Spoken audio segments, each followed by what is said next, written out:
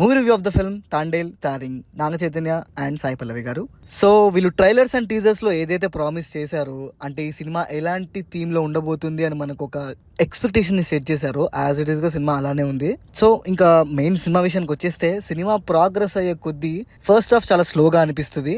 But main పాయింట్కి రావడానికి వాళ్ళకి ఇంటర్వెల్ వరకు పట్టింది. ఇంటర్వెల్కి వచ్చినాక అసలు ఏ పాయింట్ అయితే ఎక్స్ప్లోర్ చేయాలనుకుంటున్నారో ఆ పాయింట్లోకి వస్తారు. ఇది రియల్ లైఫ్ ఇన్సిడెంట్స్ని బేస్ చేసుకొని తీసిన సినిమా అని సినిమా అయిపోయినాక లాస్ట్లో వేస్తారు. అప్పటి వరకు నాకైతే అసలు నమ్మబుద్ధి కాలేదు. చాలా వరకు ఆర్టిఫిషియల్గా అనిపిస్తుంది సినిమా. ఫస్ట్ హాఫ్లో యాస గురించి ఒక సీన్ ఉంటుంది.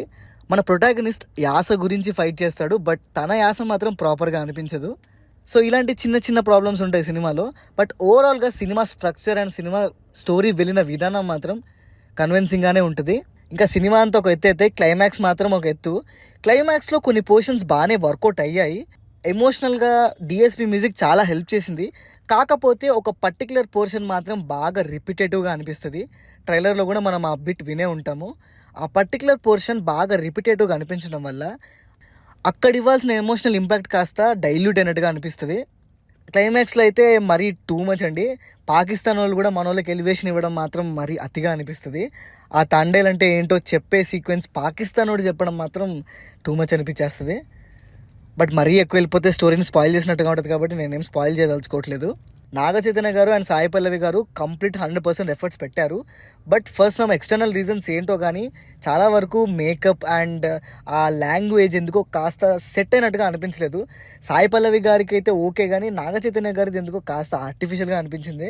ఇంకా టెక్నికల్గా మాట్లాడుకుంటే సినిమాటోగ్రఫీ చాలా బాగుంది. కాకపోతే సెట్ డిజైనింగ్, ఆర్ట్ డిజైనింగ్ ఎందుకో కాస్త ఫేక్గా అనిపిస్తుంది. మెయిన్గా నమో నమ శివాయ అనే సాంగ్లో సెట్స్ మాత్రం చాలా దారుణంగా అర్థమైపోతుంటాయి. ఆచార్య వైబుని తీసుకొస్తుంది అనమాట ఆ పర్టికులర్ సెట్ పోర్షన్లో. కానీ సినిమాటోగ్రఫీ మాత్రం బాగుంటుంది అక్కడ. ఓవరాల్గా సముద్రంని, ఆ ఒక ఫ్లేవర్ని క్యాప్చర్ చేయడంలో మాత్రం చాలా సక్సెస్ అయ్యారని చెప్పొచ్చు. కాకపోతే ఈ పాకిస్తాన్కి ఇండియాకి మధ్యలో ఈ లెటర్స్ రాయబారం మధ్యలో జరిగే సీక్వెన్సెస్ మాత్రం అంత గ్రేట్గా అనిపించవు. ఎమోషనల్గా కూడా అంత ఇంపాక్ట్ ఉండదు. మెయిన్గా చెప్పాలంటే ఇది లవ్ స్టోరీ లాగా ఉండదు, బ్రేకప్ స్టోరీ, పెయిన్ స్టోరీ లాగా ఉంటుంది. ఇనీషియల్గా లవ్ స్టోరీ తోటే స్టార్ట్ అవుతుంది, కానీ సినిమా అంతా ప్రాపర్ లవ్ స్టోరీ కూడా కాదు. అండ్ ఎండ్కి వాళ్ళు ఇచ్చే జస్టిఫికేషన్ సాటిస్ఫాక్టరీగా అనిపించదు. సో సర్లే ఓకే అనుకుని మనం థియేటర్ నుంచి బయటకు వచ్చేస్తాం అనమాట. సో ఓవరాల్గా చెప్పేది ఏంటంటే బాగానే ఉంది సినిమా, మరీ ఎక్కువ ఎక్స్పెక్ట్ చేయకండి. ట్రైలర్స్లో, టీజర్స్లో ఎలాగైతే వాళ్ళు చూపించారో యాజ్ ఇట్ ఈస్ ఆ థీమ్లోనే అలానే ఉంటుంది సినిమా. సో అదండి matter. This is Pranav signing off team cinema picture.